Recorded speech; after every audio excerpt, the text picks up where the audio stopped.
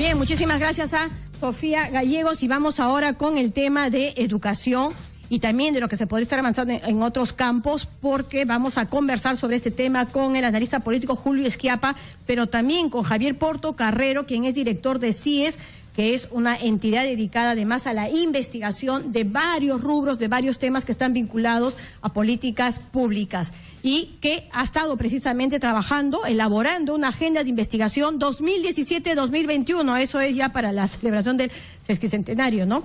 ¿Qué demandas de investigación tienen 15 sectores del Estado hacia una mejor gestión pública? Ese es el tema de la investigación. Varios temas, entre esos educación, imagino. Correcto. Hemos presentado al día de ayer esta publicación que recoge investigaciones, 15 investigaciones que han sido consultadas con el Consejo Consultivo del Sector Público del CIES, del Consorcio de Investigación Económica y Social, integrado por ministros y otros altos funcionarios del Estado, y también han sido validadas en 13 reuniones con los diversos ministerios. Y esta publicación recoge 5 ejes: Estado y gestión pública, derechos ciudadanos, política económica, pobreza y desarrollo y ciencia y ambiente, ¿no? Y también, por supuesto, recoge el tema de educación. Y lo más interesante es que estos dan una pista para investigar, generar conocimiento que permita informar a la política pública con miras al bicentenario, en realidad. Bicentenario, sí, tienes razón. Al bicentenario. Lo comentaba con Julio. ¿Qué dijo? El bicentenario. Al bicentenario, y también se espera que el Perú ingrese a la OCDE, a la Organización para la Cooperación y el Desarrollo Económico, hacia el 2021, ¿no? Entonces es una fecha emblemática en la cual culmina un gobierno, va a comenzar el siguiente, cumplimos 200 años y hay que aportar desde la academia. Pero en momentos en que además se dice que nos falta tantísimo, que lo de la OCDE es casi un sueño, ¿no? Ser parte pues de este club de países ya desarrollados. Así es. Y ahí, digamos, ¿cómo estamos? ¿Estamos bastante lejos, más o menos? Estamos, yo diría, uno puede ver el vaso medio lleno o medio vacío, ¿no? Yo lo veo medio lleno, porque ahorita, digamos, estamos en un punto de inflexión, o sea, estamos por iniciar una recuperación económica que tiene que consolidarse, y los puntos más flacos para el ingreso del Perú a la OCDE son en realidad, yo diría que hasta 4, ¿no? Pero educación es claramente uno de ellos, el tema de corrupción es otro, el tema de seguridad ciudadana y finalmente el tema de infraestructura, ¿no? Claro. Y por ejemplo, en el tema de corrupción, este estudio cataloga la corrupción en 3 niveles, ¿no? La gran corrupción, tipo Montesinos; la pequeña corrupción menuda, tipo, digamos, los policías que piden una coima, o el maestro que pide también por lo bajo un beneficio para mejorar la nota de los alumnos, o el funcionario del UGEL; y una corrupción de nivel medio, que es, digamos, de funcionarios de gobiernos regionales o de gobierno central, que es un nivel medio, que no es la gran corrupción, tampoco es la menuda de la calle, ¿no? Entonces, ¿cómo atacar eso? Pero es la alta tolerancia que tenemos a la corrupción como país. Así es, eso altísimo. Es un gran problema, porque esa percepción de que roba pero hace obra, eso hay que descartarlo, hay que liquidarlo, ¿no? No puede ser. Debemos tener tolerancia cero hacia eso. Y el tema es cómo controlamos, cómo luchamos contra la corrupción, ¿no? Entonces, se pone mucho énfasis en lo que es la Contraloría, lo cual está bien, pero es igual que una enfermedad, ¿no? Una enfermedad, el cáncer hay que detectarlo en su fase temprana. Entonces, lo que más odian los corruptos es que haya luz sobre su corruptela, ¿no? Entonces, lo que tenemos que hacer es arrojar luz, poner los faros sobre estos corruptos, y ahí hay que hacer una alianza entre medios de comunicación y sociedad civil para investigar, para estar al tanto, ni exigir a las autoridades públicas transparencia. Pero institucionalidad también. Institucionalidad también. Pero, porque digamos, la verdad que yo sí creo que el periodismo ha estado haciendo su aporte en ese sentido, indudable. Y la verdad que es de lo más frustrante cuando se ve que no pasa absolutamente nada en 2 o 3 años. Y en el tema educación, que justamente estamos en medio de esto, ahí, ¿cuáles son las debilidades? Las debilidades son que el Perú gasta poco y gasta mal en el tema de educación, ¿no? Nosotros estamos gastando ahora un 3.8% del PBI en educación, y de acuerdo al estudio multidimensional que analizó una serie de dimensiones que hicieron los funcionarios de la OCDE para el ingreso del Perú, uno de los sitios, o una de las dimensiones más rezagadas, más atrasadas, que es un cuello de botella para el desarrollo, es precisamente la educación, ¿no? En la educación, como ustedes saben, en las pruebas PISA, los rendimientos peruanos están entre los países más bajos, ¿no? Entonces, para el nivel de desarrollo que tiene el Perú, deberíamos tener unos logros mucho más altos, ¿no? Más o menos solamente menos de la mitad de los alumnos entienden las cosas básicas de textos, de lectura, ¿no? A nivel de segundo grado, perdón. Y en el caso de las matemáticas es menos de la cuarta parte, ¿no? O sea que 3 de cada 4 niños no alcanzan el logro esperado para el segundo grado en cosas básicas de matemáticas, ¿no?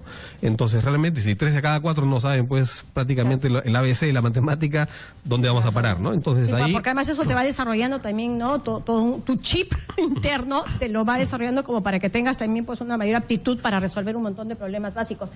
Y el papel del profesor... El papel del profesor es un papel básico, ¿no? Actualmente en el Perú gastamos más o menos $1.200 por alumno por año, y en Chile o en Colombia es el doble o el triple de esa cifra, ¿no? Entonces, lógicamente, uno tiene que pensar cómo es el reclutamiento de los profesores. ¿Por qué un chico que termina su secundaria quiere estudiar para ser profesor, para ser docente? Entonces, muchas veces la respuesta a esa pregunta es porque hay estabilidad laboral, no hay mucho ingreso, pero tampoco no hay demasiado trabajo y no hay mucho riesgo, ¿no? Entonces, esa combinación es perversa. Lo que tenemos que lograr es que los mejores talentos de la educación básica se metan a estudiar la carrera docente para después tener buenos docentes, ¿no? Entonces, el docente es el centro del proceso de enseñanza y el objetivo, por supuesto, es el alumno, ¿no? El rendimiento del alumno. Claro, pero digamos, tal como se presenta, es como que el caldo de cultivo perfecto para que podría haber sido explotado por algunos políticos, señor Chiapa. Yo no veo nada malo si la política ayuda a transformar los procesos de reforma del Estado. Yo creo que acá hay caldo de cultivo para determinado sector político con determinadas ideologías. Así es. Bueno, pero no hay que olvidar que Patria Roja se metió por la ventana en el Sindicato Magisterial del año 73 con un líder excepcional que fue Horacio Ceballos y toda una generación de unos 400, 500 profesores, e iniciaron un proceso entre revolucionario, ¿no? Y un proceso de transformación, o sea, entre revolucionario y medio democrático. Finalmente el eje fue el sindicato. O sea, ellos no entraron con una visión de reforma Pero ya educativa, para ¿no? esto también lo que se podría decir, el sector gremial ya había cambiado.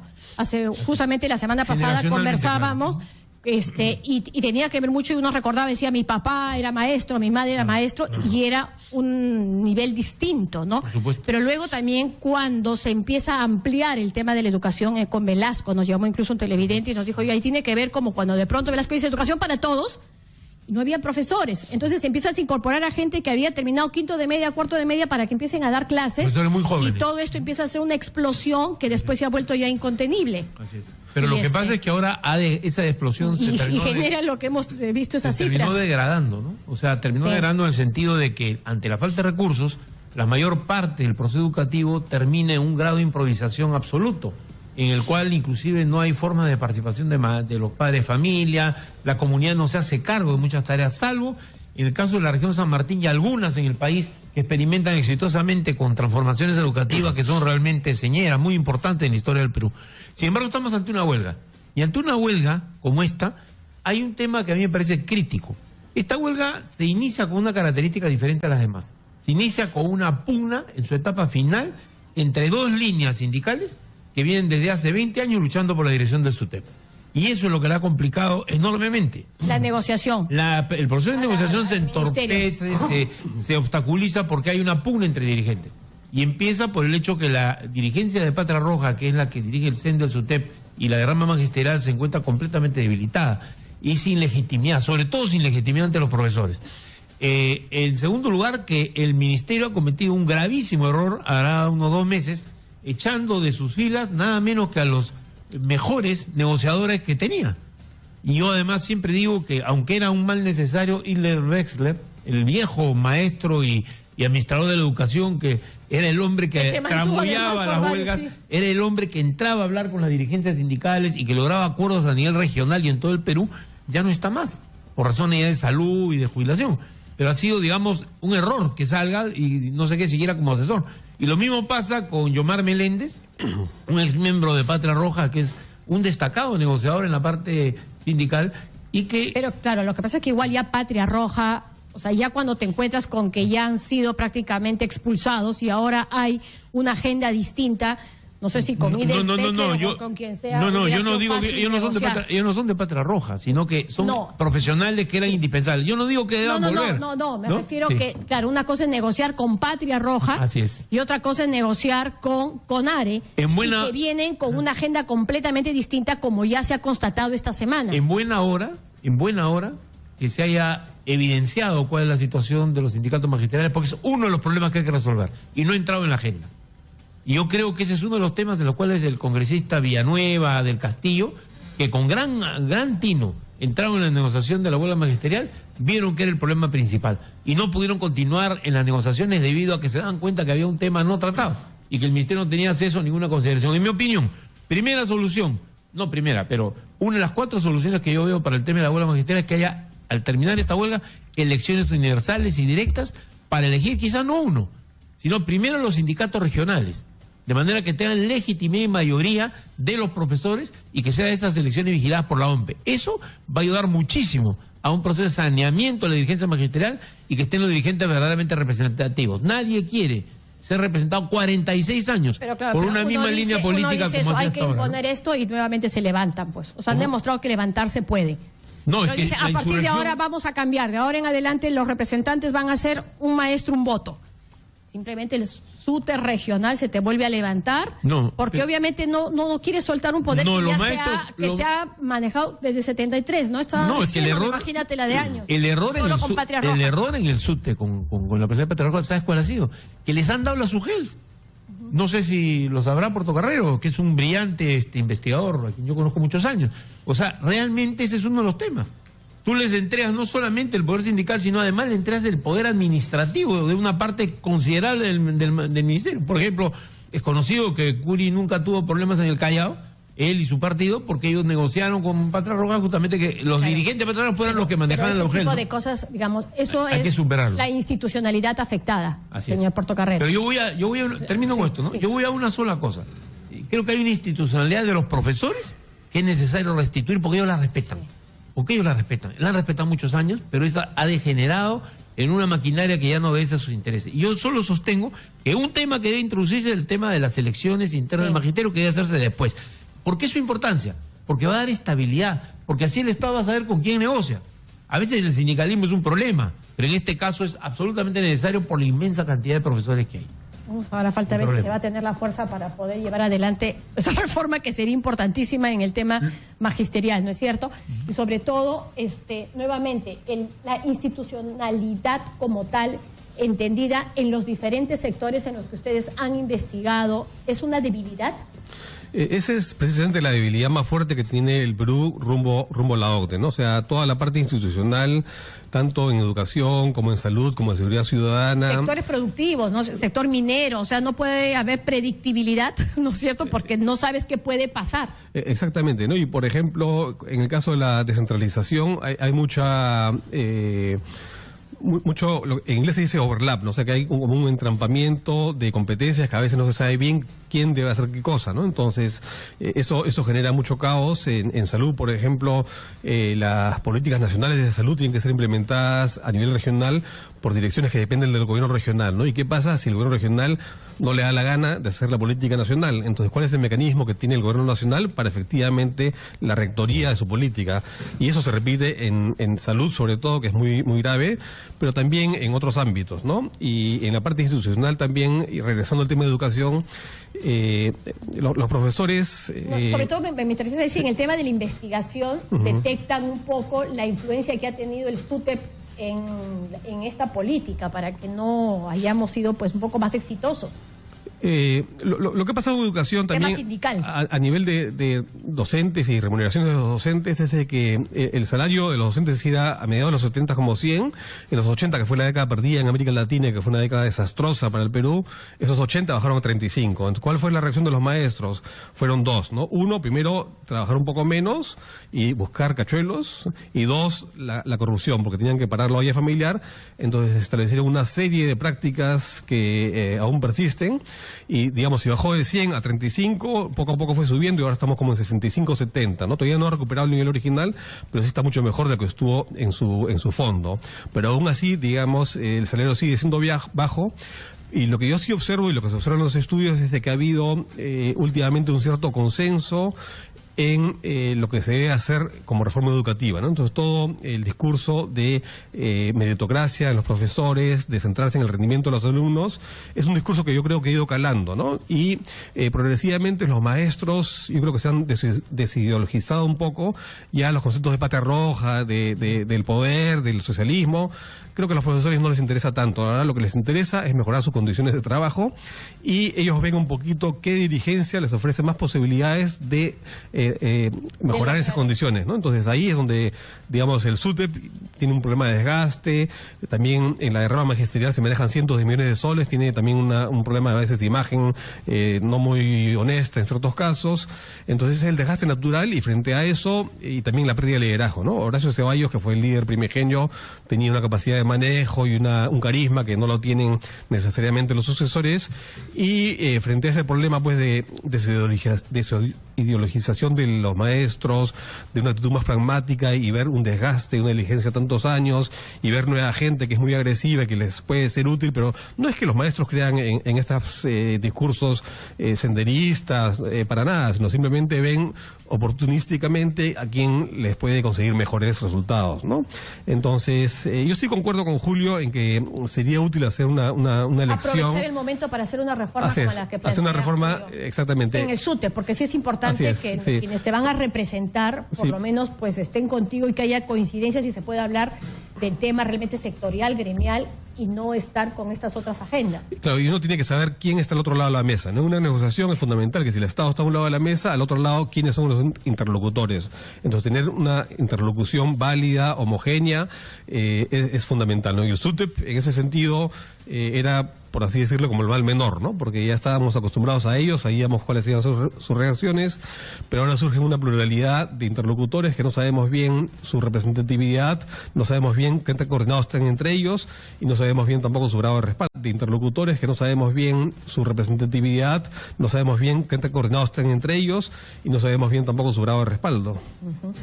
Nuevamente, ¿tendrá la fuerza política para hacer una reforma de ese tipo, como la que planteas? Bueno, yo creo que hay una energía, si tú ves, Roxana, Javier, si ustedes ven, a lo largo del desarrollo de esta huelga se ha visto energías que no se creía que existían. Por ejemplo, el rechazo masivo de los padres de familia a las últimas actitudes del señor Pedro Castilla. Que estaba a la cumbre surfeando encima de una ola. La última semana, pero las iniciales no. Por supuesto, no. Yo no estoy negando su representatividad, ni mucho menos. He representado 80.000 maestros más o menos, ¿ok? Pero el problema es que ya había llegado un nivel en el cual se empieza a desarrollar el caudillismo que no permite el diálogo, ¿de acuerdo? Y su primera actitud negativa ha sido la de negarse a continuar el diálogo con los congresistas que le habían abierto un camino hacia la solución. Y probablemente por desconfianza, más que por una cosa bien determinada. Yo quería proponer otro punto para la solución de la huelga del SUTEP que me parece clave, que es en el término de las condiciones sociales y de condiciones laborales que los maestros tienen. Yo creo que ahí el gobierno ha dado un paso adelante, pero este gobierno tiene un grave problema, yo no sé si de publicistas, de activistas políticos, de propagandistas o simplemente de sentido común. No sabe explicar bien qué es lo que está haciendo. Y yo creo que estas mejoras salariales no son pues el fin del mundo ni lo mejor que puede haber en la vida de los profesores, pero sí son un impulso a una dignificación, a un proceso en el cual se les reconoce sus derechos, y eso es lo civilizado que los padres de familia, las asociaciones de padres de familia, que son miles en el país, los propios directores de escuela han ayudado a sostener a lo largo de la huelga, que no se pierda el sentido de que hay aquí una reivindicación justa. Los medios también hemos ayudado de todas maneras a que esto se sostenga. Y creo que ese sistema salarial tiene que volverse un sistema. No puede ser una eventual negociación donde yo saco 2.000 soles y después se acabó. Esto tiene que sostenerse a lo largo del tiempo, tiene que empatarse con el presupuesto de la República y tiene que haber conciencia de la importancia que tiene. Creo que ahí hay una condición laboral muy importante, y que los profesores no la están viendo como sindicalistas, y no la están viendo tampoco, creo yo, la mayoría de la opinión pública, que es el hecho que la capacitación es una de las reivindicaciones sociales principales de los maestros en todo el mundo, salvo en el Perú. Que no les interesa. Que no les interesa. Donde hay muy pocos maestros en beca 18, no me dejará mentir Javier, donde hay muy poca iniciativa, realmente que uno vea lo que había antes, ¿no?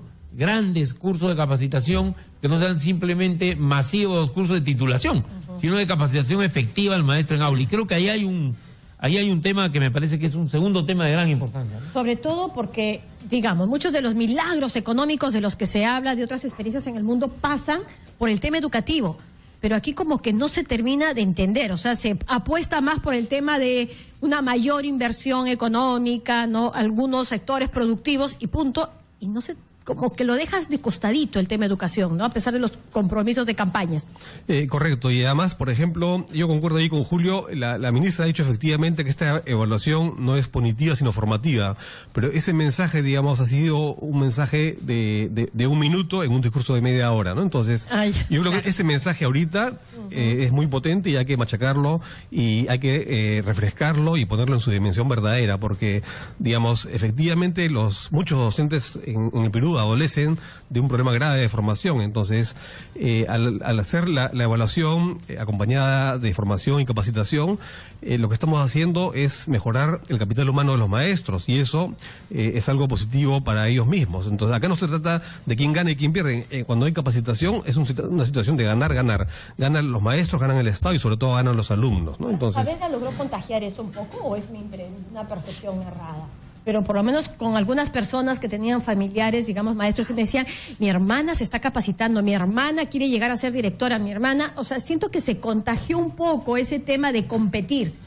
Es correcto, ¿no? Y esa actividad de capacitación es central, ¿no? Digamos, de una manera en que no resultaba, como dice ahora, punitiva, sino contagiar ese espíritu de superación, que eso es lo más importante en un liderazgo. Así es. Y eso también, digamos, es algo que hemos tocado en los balances de investigación que hemos presentado en la parte del servicio público, ¿no? El servicio público peruano en general adolece también de serios problemas de capacidades y hemos hecho una agenda de investigación también vinculada al servicio público, a cómo mejorar la productividad, la rendición de cuentas, la transparencia en todo el aparato del Estado. Tenemos un servicio público que se caracteriza por el rechazo de la administración a pagar cursos de capacitación.